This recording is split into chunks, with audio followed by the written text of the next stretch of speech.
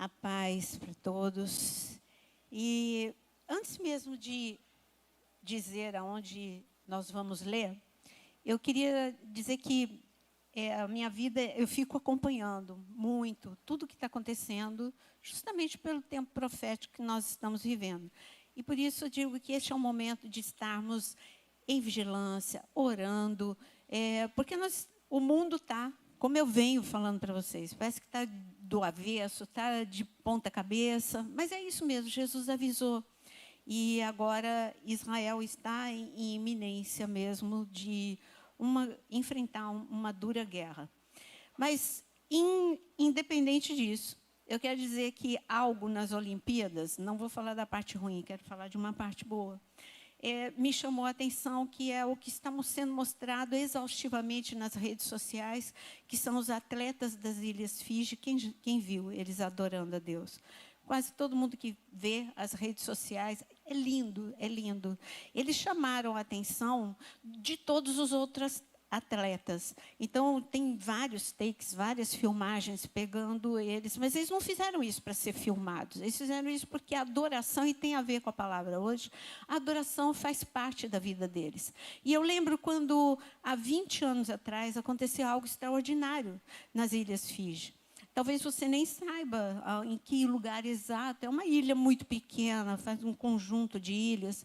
E por que eu sei? Porque eu comecei a ver uma série de vídeos que se chama Transformação, e esses vídeos tem no YouTube, você pode procurar. E um deles era avivamento nas Ilhas Fiji. E, geralmente, as pessoas acham que avivamento é só um mover. O mover é consequência do avivamento, mas não é o avivamento. O avivamento é o que aconteceu nas Ilhas Fiji.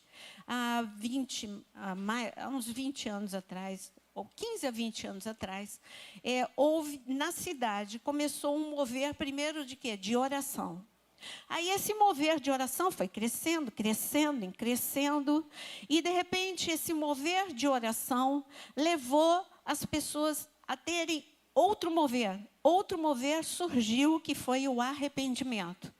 E, de repente, era um arrependimento, não era só daqueles que já serviam a Deus, mas um arrependimento daquele que bebia, daquele que tinha cometido homicídio, um arrependimento geral.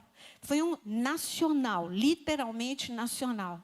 E depois, a terceira etapa foi que eles já não tinham mais consequências desse avivamento. Eles não tinham mais delitos.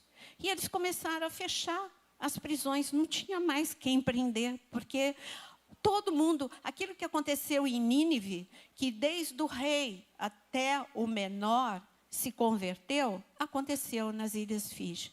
E outra consequência foi porque, por ser uma ilha, os corais já estavam morrendo, isso estava afetando tudo para eles. E eles começaram a ver que, depois que eles começaram a viver este avivamento nacional, que começou com o individual, os corais começaram do nada não, Deus, mas eles começaram a ser como que recriados, e tudo foi restabelecido, a economia foi restabelecida. Tudo isso é consequência do arrependimento, da oração e do avivamento. E, de repente, aí também o presidente, porque ele também se converteu, aí o hino nacional também foi mudado. É só você ver, tem também registrado, quando o time de futebol deles entra agora nas Olimpíadas, todo mundo é emocionado, porque é um hino, não lembro o número do hino, mas é um hino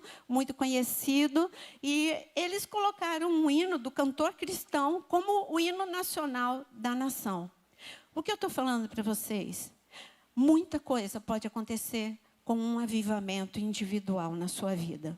Se uma nação foi transformada desse jeito, e é uma transformação duradoura, não foi algo de alguns dias, de algumas semanas, ou de poucos anos. Eu estou falando que é um avivamento que dura há 15 ou 20 anos.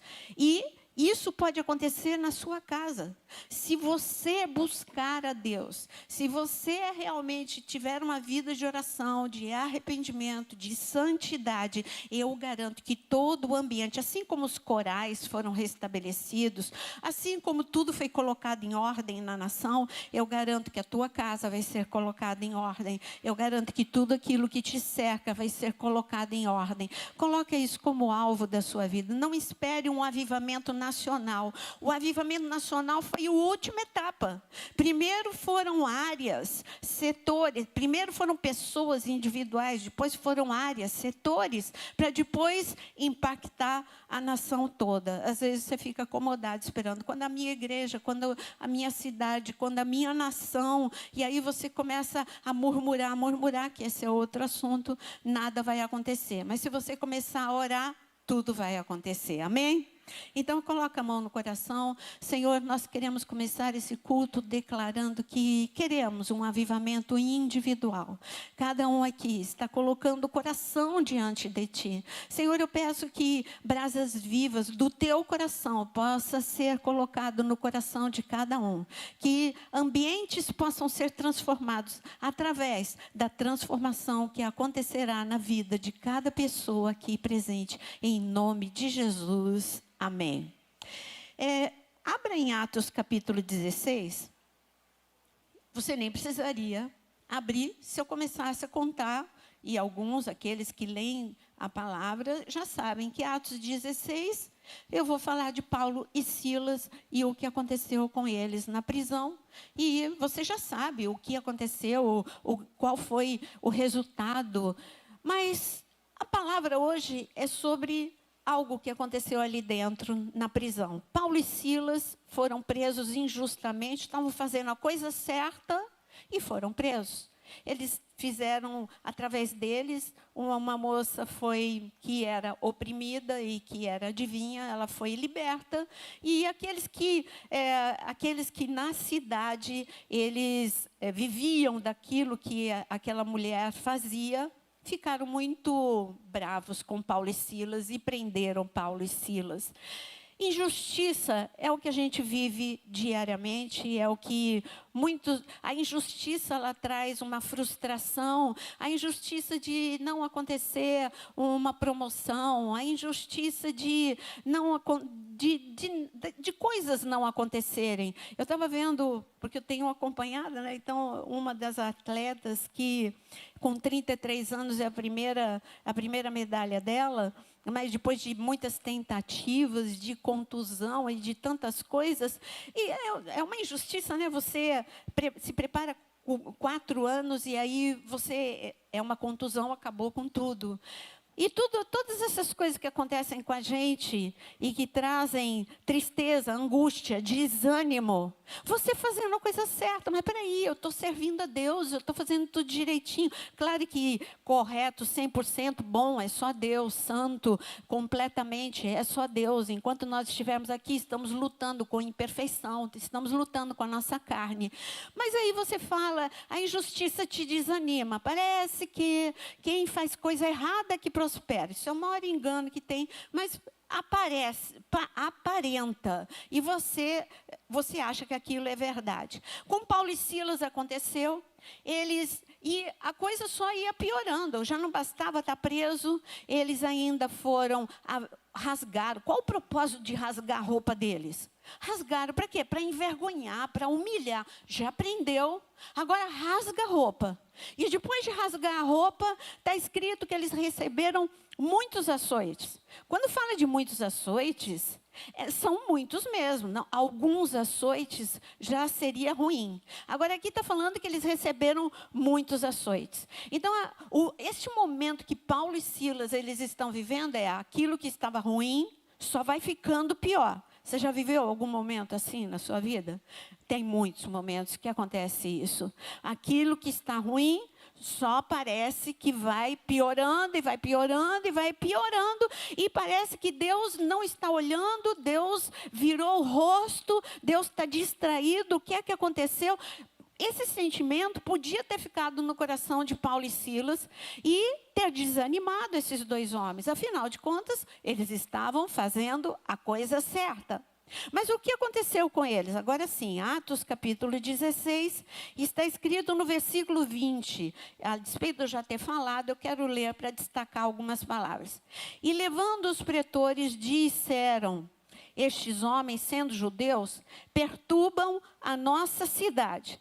Quem está falando que eles perturbam? Na verdade, são as trevas. E eu quero dar uma notícia para você. Você é um grande perturbador das trevas. Você sabe como que Elias ele era reconhecido? É o perturbador. E você que é o perturbador, quando ouviram Elias, e Elias estava sendo procurado por Acabe, você que é o perturbador de Israel, Elias orava por Israel. Elias era o profeta de Israel.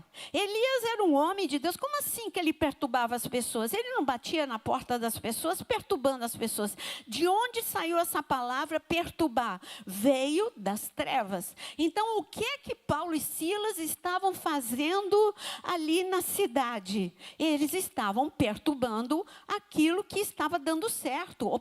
Pessoas presas à adivinhação, à feitiçaria, presas ao engano. Tudo isso era o que as trevas falaram: você está perturbando. Então, tudo bem, você é um perturbador. Pode falar para você mesmo: eu sou um perturbador, ótimo. A única coisa que você pode ser perturbador é das trevas. Você não pode ser perturbador de ninguém e nem de você mesmo. Mas aí eles foram, como eu disse, eles foram presos. No versículo 22 está escrito que levantou-se a multidão unida contra eles, rasgaram as vestes e mandaram açoitá-lo com varas, e depois de darem muitos açoites, como eu disse, os lançaram no cárcere, ordenando ao carcereiro que os guardasse com toda segurança.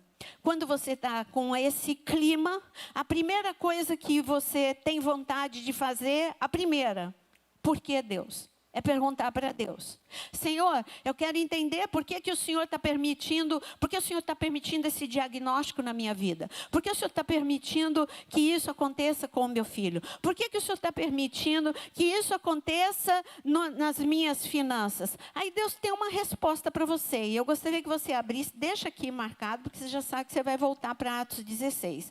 Mas abra Isaías 41. Isaías 41 é a resposta de Deus, porque a primeira coisa que a gente, numa situação como a de Paulo e Silas, a gente perguntaria para Deus. Agora, olha o que Deus responde para você nessa noite em Isaías 41, no versículo 20. Para que todos, ele está dizendo: olha, tem coisas que eu permito na tua vida, para que todos vejam e saibam e considerem e juntamente entendam que a mão do Senhor fez isto e o Santo de Israel o criou. Mas peraí, a mão do Senhor é que pôs eles na prisão? Não, a mão do Senhor, porque eles não vão ficar na prisão, eles vão receber uma libertação sobrenatural. Eles foram assunto da cidade quando eles foram presos. Agora eles vão ser assunto da cidade, vocês viram? Aqueles que foram presos, um terremoto localizado aconteceu. Balançou a tua casa? Não. E a tua? Não. Só a prisão, você viu? O que esses homens têm de diferente? Só a prisão recebeu um terremoto. Isso não existe terremoto num local, num único local, num único edifício. Não existe isso. Como assim? Só afetou a prisão. Esses homens têm conexão direta com Deus. Olha, eu quero conhecer o Deus deles, porque o Deus deles abala estruturas, o Deus dele quebra as algemas, o Deus deles abre as portas, o Deus dele faz que todas as sentinelas caiam por terra. Todos os soldados romanos caíram por terra, ficaram neutralizados. O teu Deus abre portas, o teu Deus quebra algemas. O teu Deus paralisa demônios. O teu Deus é forte e poderoso. Mas a primeira coisa, então, você pergunta para Deus. Deus fala: aguenta firme, aperta o cinto, porque você vai chegar no destino. E o destino é o milagre que eu vou fazer na sua vida. Mas é lógico que a gente só quer viver um milagre. Mas a gente vive susto, a gente vive dificuldade, a gente vive lágrimas. E a gente vive momentos em que você precisa saber, no momento em que você não está vivendo, você precisa saber o que fazer. Paulo e Silas, eles sabiam exatamente, eles estavam sincronizados. Havia unidade entre esses dois. Eles estavam preparados para o dia mau. O nosso problema é que a gente não está preparado para o dia mau. Você precisa estar preparado para a mudança de estação. Você precisa estar preparado para estar vivendo uma estação fria, por exemplo. Quando eu fui agora para a Polônia. Gente, é verão. Eu fui preparada para o verão. E aí você já sabe que eu passei um aperto, porque eu esqueci do detalhe que a Polônia está muito perto da Rússia, e que os verões da Polônia, para mim, é frio, é muito frio. Então, eu não fui preparada, então eu não fiquei confortável, porque eu não estava preparada. Da mesma forma, e eu já tinha caído nessa armadilha, quem não sabe que Londres tem um clima esquisito? Quem não sabe? Eu sei, mas na hora de fazer a mala, é verão. E aí, verão, Brasil, verão, tiveram que me emprestar casaco, 6 graus no verão. Como assim? Que terra é essa que faz 6 graus no verão? Eu não estava preparada, e se não tivessem me emprestado roupa adequada, eu ficaria doente. E aí, quando chega o inverno, que é o teu problema, e você não está preparado com a roupa adequada, preparado, fortalecido por Deus, revestido de poder, revestido de força, a tua força vai acabar no primeiro dia, mas quando você está fraco, Deus, e você pode dizer, eu sou forte, porque é a força de Deus que começa a agir na tua vida.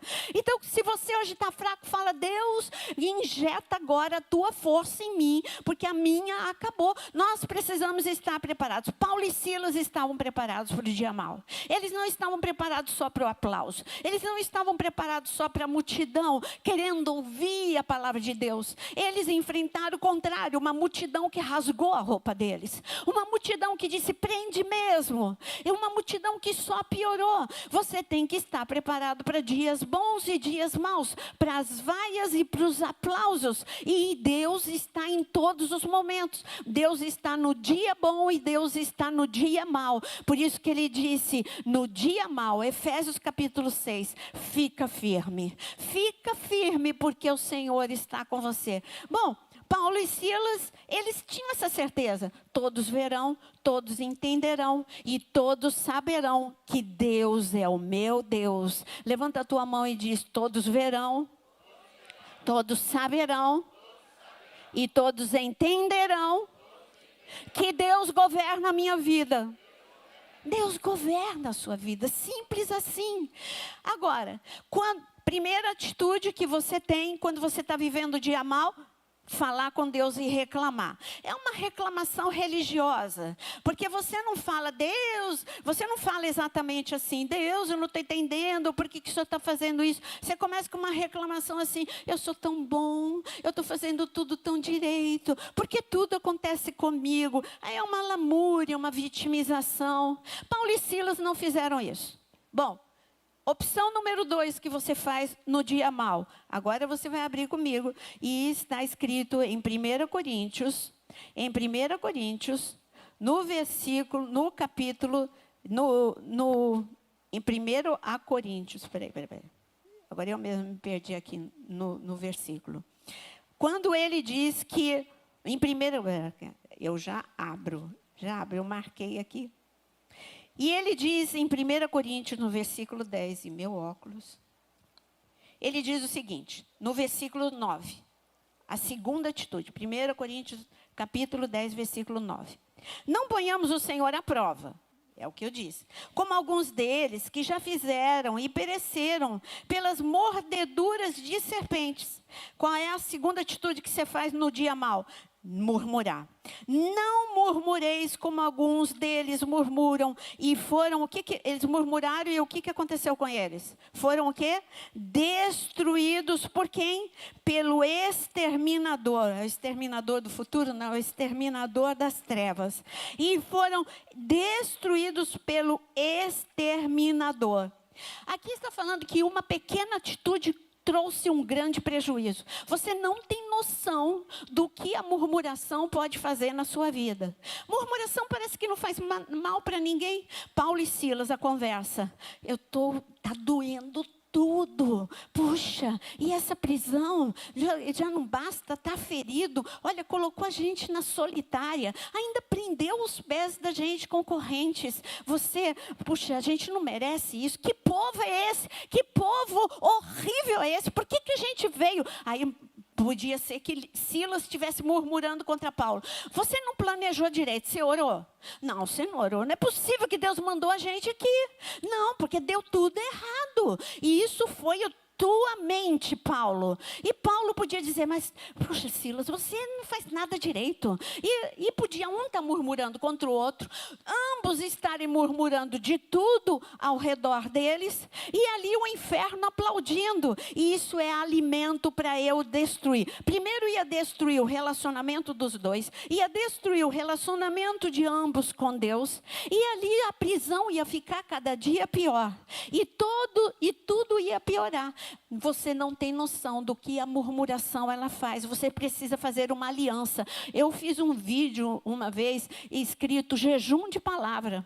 Eu acho que é esse título. Alguma coisa assim. Mas era mostrando como você pode morrer pela tua boca. Eu não estou falando nem de comer. Eu estou falando de como palavras elas podem ser destruidoras. Você deveria fazer a partir de hoje um jejum de murmuração. Você não vai poder murmurar dentro da tua casa. Você não vai poder murmurar no trânsito, você não vai poder murmurar de nada e de ninguém. Gente, você vai ver que é a coisa mais difícil que tem.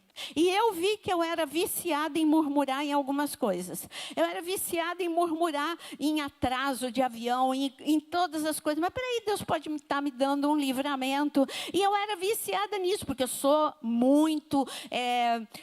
para mim, horário é tudo. Então, eu tenho coisas que me irritam muito. Mas eu comecei a prestar atenção no que eu murmuro. E olha, você não tem noção. Isso traz saúde mental, saúde espiritual. Isso traz saúde nos relacionamentos. É só você parar de murmurar. Você quer fazer essa aliança com você mesmo? Você não pode fazer com ninguém. Você tem que fazer com você. Tua boca, ela precisa ser para edificar, para louvar, para adorar. Bom, Paulo e Silas não falaram nada contra Deus. Paulo e Silas não murmuraram. O que foi que eles fizeram que está escrito? Quem lembra? Antes de ler aqui, o que eles fizeram? Louvar, só louvar é porque você não leu direito. Volta para Atos capítulo 16. Olha o que está escrito em Atos capítulo 16. Vamos lá. Eu vou deixar você chegar e você mesmo falar para mim o que está escrito em Atos 16. O que Paulo e Silas fizeram? Eles, vamos lá, versículo 25. Por volta da meia-noite, Paulo e Silas fizeram o quê? Fala bem alto. Eles fizeram o quê? Oravam e adoravam. Porque a gente fica só que Paulo e Silas, eles adoraram. Mas antes de adorar, eles fizeram o quê? Oraram. E não oraram baixinho, não. Eles oraram. E você não tem curiosidade para saber qual foi a oração de Paulo e Silas? Eu tenho. E eu sei, não sei, mas a imaginação pode ajudar a gente. Eu imagino Paulo e Silas, porque Paulo e Silas, a oração de Paulo e Silas, a adoração de Paulo e Silas provocou um terremoto. A gente está acostumado a associar terremoto à destruição. É claro, é a primeira coisa que vem à nossa mente e está correto. Nós associamos sempre terremoto a coisas ruins. Mas existem terremotos terremotos mandados por Deus. Existem situações em que Deus chacoalha tudo. E é por causa da tua oração. A oração, ela é tão poderosa que em Atos capítulo 8 está escrito que aqui na terra é um momento em que vai estar. Deus antecipou para a gente saber. Está escrito que na terra vai ser o pior momento da humanidade. Vai ser a grande tribulação. E haverá um momento de silêncio no céu. Sempre eu destaco essa passagem. O silêncio no céu é porque Deus estava esperando que alguém começasse a clamar. Porque o céu responde à tua oração. Então o silêncio do céu é porque Deus não estava dando ordem aos anjos. Porque não tinha oração no meio da aflição, da grande tribulação. As pessoas pararam de orar. Mas de repente o cenário muda. Em Apocalipse capítulo 8 está escrito que de repente os anjos começaram a subir com taças cheias de oração e súplicas dos santos. E ali o céu já não era mais silencioso. Começou a sair trovões, raios do céu atingindo a terra. E quando você ora, tem terremotos. Deus abala, sabe o que? A edificação das trevas. Ele abala as estruturas das trevas. Ele abala na tua mente. Não fica procurando só situações. Você precisa de terremotos no teu coração. Deixa Deus sacudir o teu coração e tirar tudo aquilo que não presta. O primeiro terremoto tem que ser no teu coração. O segundo terremoto tem que ser na sua mente. Olha, vai sair da tua mente os pensamentos, aqueles que te aprisionam, cadeias. O que eu falei no início? O terremoto mandado por Deus quebrou algemas, abriu portas, libertou, restituiu honra. O terremoto de Deus transformou pessoas. O terremoto de Deus paralisou os opressores, os soldados, os demônios que estavam atuando. Olha quanta coisa fez. Mas esse terremoto foi consequência de oração e adoração. Fala comigo. O terremoto de Deus é consequência de oração e adoração. Quem sabe disso? As trevas. E por que que no momento e no dia mau vem aquela falta de vontade de orar, aquela falta de vontade de adorar? Você não consegue, não lembra de nenhuma música. Põe adoração. Pega o teu telefone, pega qualquer coisa e põe adoração e vai atrás dessa adoração. E eu garanto que enquanto você estiver adorando, mesmo que chorando, o terremoto de Deus começa a ser enviado para a sua mente, para as suas emoções, para o seu coração, para a sua casa, tirando toda a edificação das trevas dentro da tua casa. Ele, sem você perceber, ele vai colocando um alicerce aqui, bem sorrateiro.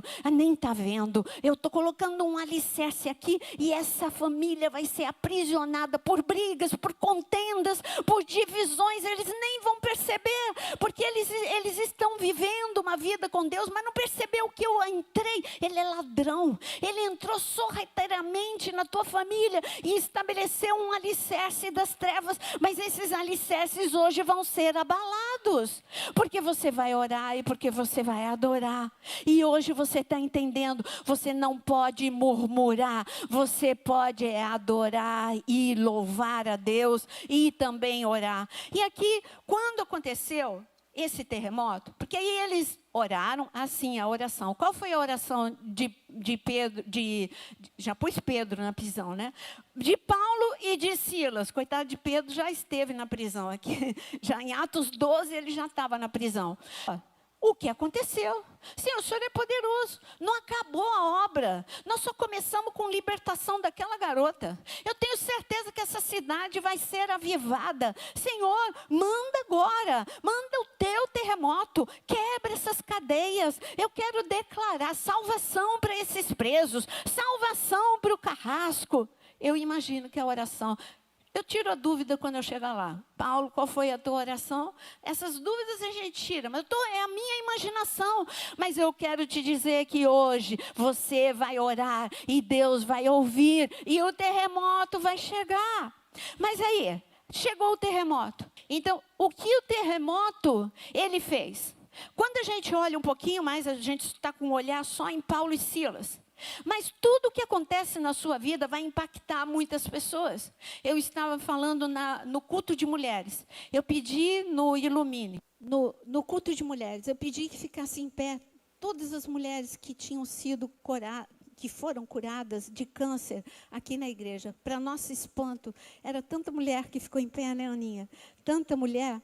E é isso, o terremoto na tua vida, ele vai produzir muito ao teu redor outros terremotos de cura. O terremoto que veio na minha vida produziu muitos terremotos de cura aqui dentro da igreja. E o que está acontecendo na tua vida vai produzir milagres em muitas outras, porque as pessoas vão se inspirar na sua vida. Elas vão saber o que fazer olhando para você. Elas vão saber que tem luz no fim do túnel. Elas vão entender que não tem caminho fechado para Deus, porque Ele abre um caminho onde não há caminho. Não tem fornalha ardente, poderosa demais para Deus, Ele faz você passear pela fornalha. Não tem poço fundo demais para Deus, Ele manda tirar, como Ele mandou tirar Jeremias, Ele pode usar mais de 30 homens, como Ele usou para Jeremias, mas Ele tirou Jeremias, e assim vai acontecer com a sua vida. Isso não é te iludir, isso é realidades espirituais,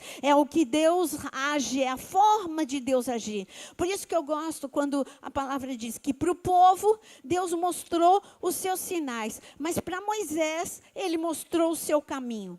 E aí eu fiz uma pergunta para mim mesmo. Toda vez que eu leio essa passagem, eu faço uma pergunta para mim mesmo. Nária, você quer ver sinais ou você quer o caminho? E eu falo, eu quero o caminho. Porque o caminho, eu sei qual é o caminho do milagre. Agora, se eu ficar só baseado em sinais, eu vou precisar de que outras pessoas orem por mim. Eu vou precisar que a igreja esteja debaixo de um mover. Agora, quando eu conheço o caminho, se ninguém for, eu vou. Porque eu conheço o caminho, que é Cristo. O caminho, a verdade e a vida. Ele é o caminho da cura, Ele é o caminho da libertação, Ele é o caminho da paz, Ele é o caminho do amor, Ele é o caminho de tudo que você precisa.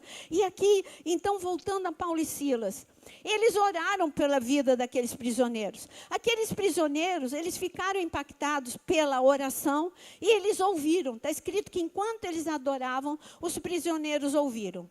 Tudo bem, eles não tinham outra opção. Tapar o ouvido, tá? Mas eles iam continuar ouvindo, eu imagino, o volume que Paulo e Silas, eles cantaram, porque se ambos estavam na solitária, que era, como está aqui, o cárcere mais interior, na solitária, para que os outros que estivessem nas celas comuns pudessem ouvir Paulo e Silas, esses homens estavam bradando, cantando muito alto. Eu fui, uma igreja que eu fui já 2 vezes pregar lá em São Paulo, Evo Church.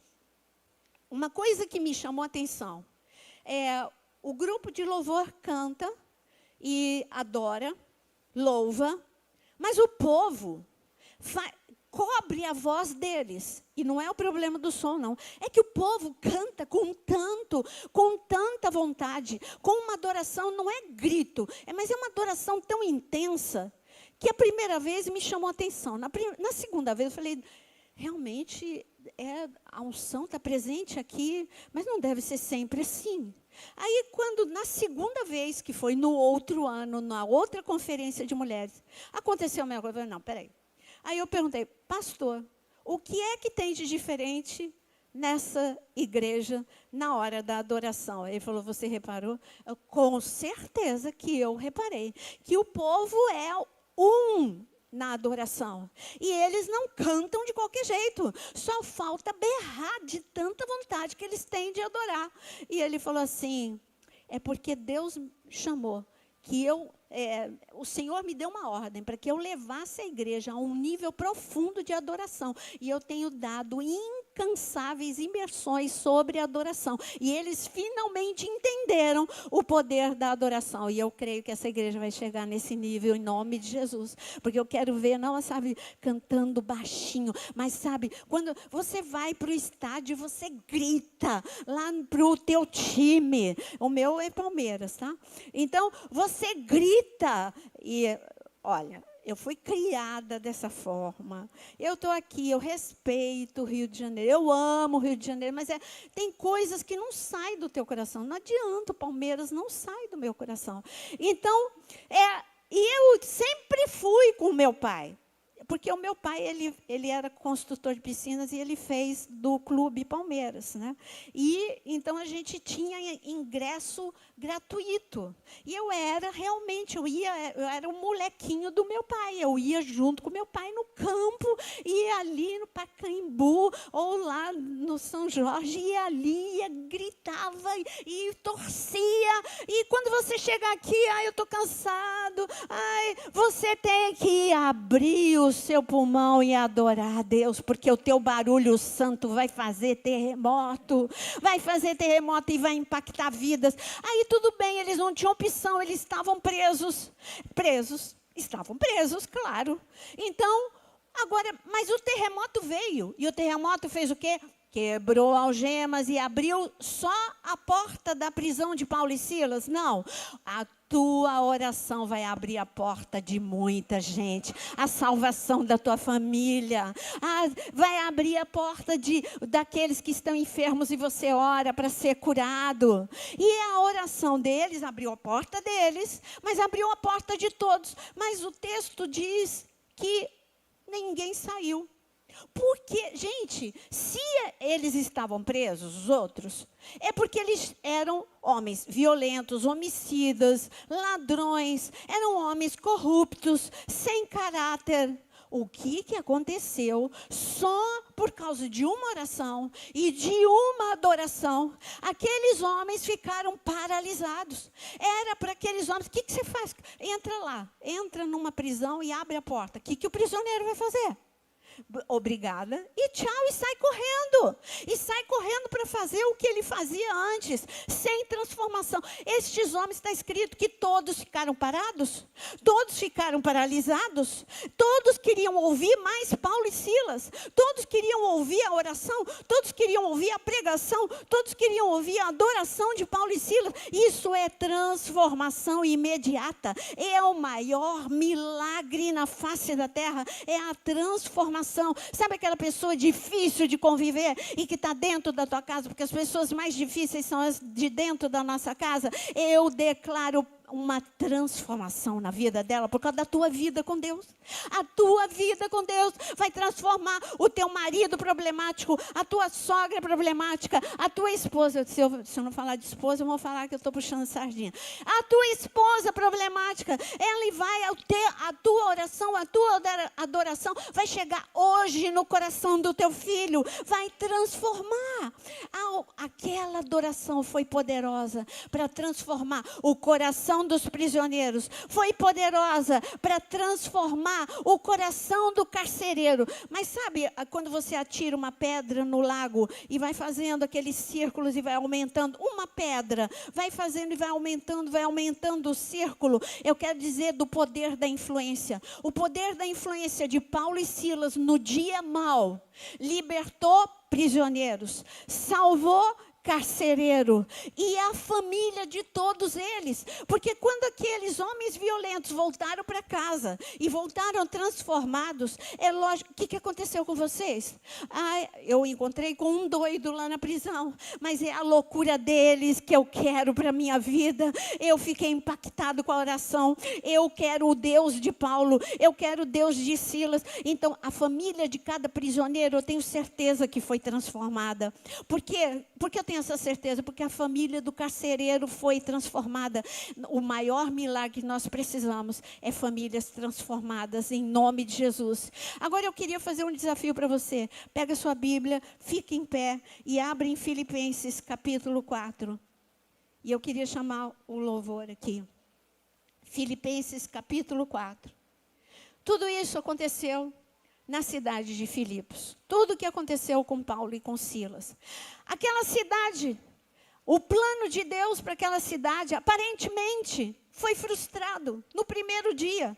Teve grande libertação. Sabe aquela coisa de que Paulo e Silas, um olhou para o outro, que fantástico, entramos e já a pessoa que estava com uma legião de demônios, essa menina adivinha, já foi curada.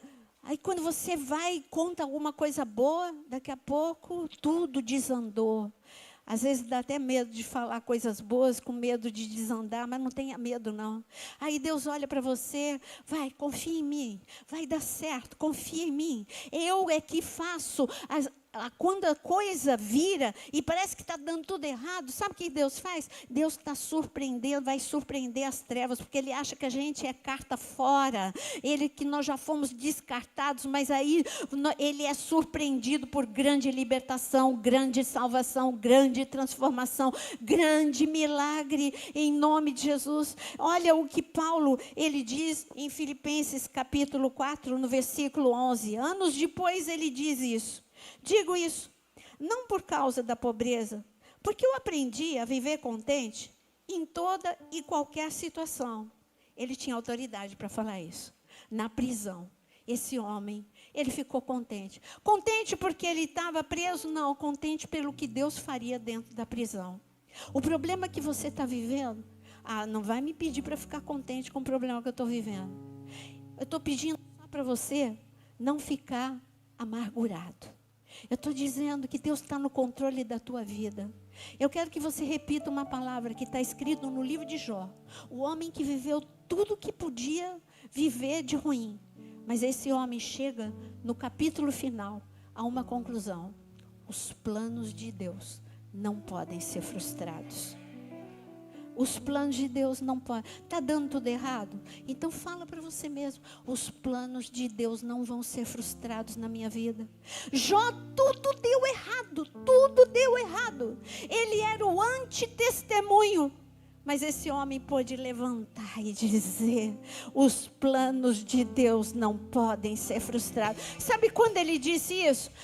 Ele disse isso quando ele foi curado, restituído, quando ele teve honra. Não, ele disse antes. É só você ler o texto com cuidado. Foi antes dele viver o grande milagre que ele disse, ele profetizou para a vida dele. Os planos de Deus não podem ser frustrados. E aqui continuando, Paulo ele disse com autoridade, eu aprendi a viver contente com toda e qualquer circunstância. Tanto sei estar humilhado, mas também sei ser honrado. Ele foi muito humilhado, a roupa dele foi rasgada, ele foi ferido, ele foi colocado na solitária, mas ele saiu da prisão como?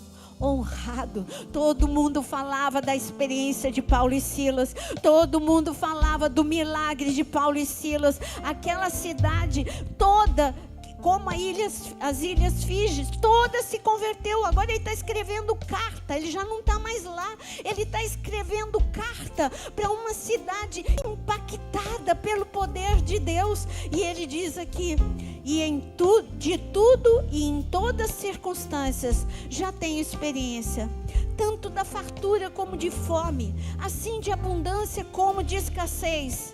Agora você vai falar junto comigo. Tudo posso. Com essa força? Não. Tudo posso naquele que me fortalece. De novo, tudo posso naquele que me fortalece. Eu amei ver a imagem do surfista Medina.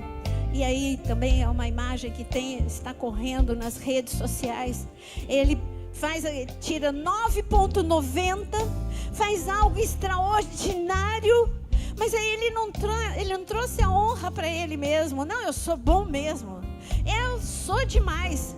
Ele sai da onda e foi proposital. Ele sai da onda, dá um salto, aponta para cima e depois todo mundo pergunta para ele. Ele diz: eu só queria dizer que eu tudo posso naquele que me fortalece. Gente, eu quero te dizer que hoje, talvez você não esteja com força para dizer isso, mas arruma força agora dentro do teu coração. Paulo disse: eu tudo posso naquele que me fortalece. Eu estava ferido, mas eu fui curado. Eu estava preso, mas eu fui liberto. Eu estava humilhado, mas eu fui honrado. Eu estava com as portas fechadas, mas a porta abriu. Havia sentinelas, mas elas caíram diante do poder de Deus. Agora deixa sua Bíblia. E levanta a tua mão e começa a adorar a Deus. Eu quero te dizer que esse é o teu momento do teu terremoto santo. Eu não sei o que você está vivendo, mas você pode entrar agora e orar a Deus. E você vai provocar e você pode adorar a Deus. Eu vou pedir agora para o Deco levantar uma adoração. Mas cante como essa igreja, com todo o teu fôlego. Provoca um terremoto santo neste lugar. Um terremoto santo na tua vida, no teu coração, na tua casa, em nome de Jesus.